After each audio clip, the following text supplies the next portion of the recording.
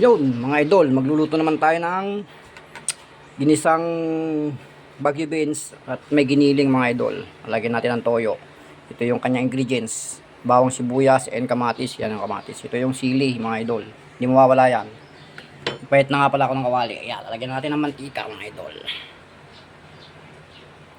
Saktual lang. Baka na kayong marami o konti lang. Yan. Pagsabay na natin yung bawang sibuyas mga idol.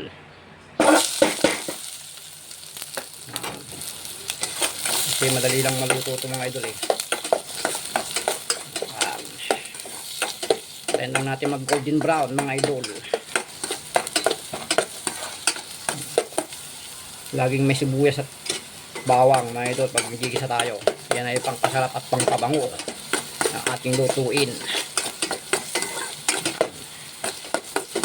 Tagisa muna natin mga idol.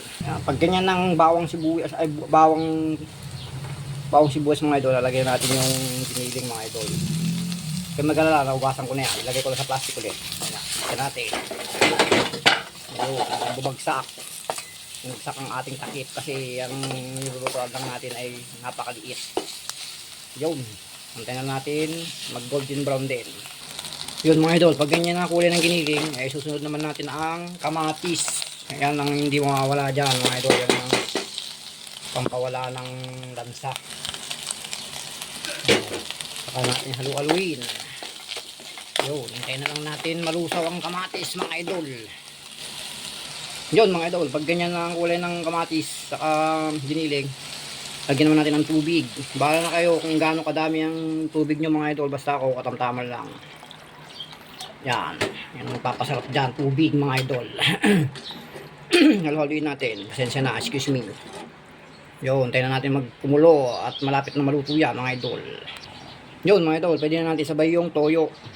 Yan, lagyan natin ng toyo. Tamtama lang lagay yung toyo mga idol. Basta malasahan lang, meron namang pangpalasa ang ano. At saka ito, sabay na rin natin yung 4 cubes. Yan, mga idol. Abangan lang natin. Yun, pag malambot na yung giniling, ilalagay naman natin ngayon ang Baguio beans mga idol. Ayan.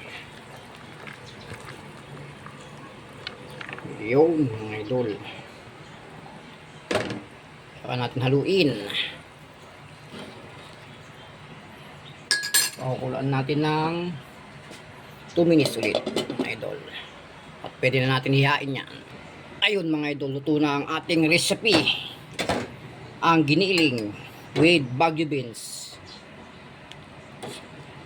Lagyan ng toyo. Bahala na kayo kung anong luto to mga idol. Basta ako lagyan natin sa ating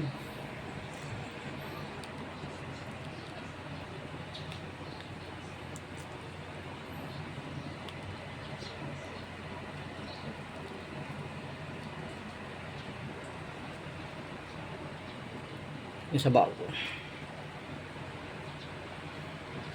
Yun o mga idol o. Ayun mga idol, maraming salamat sa inyong panonood.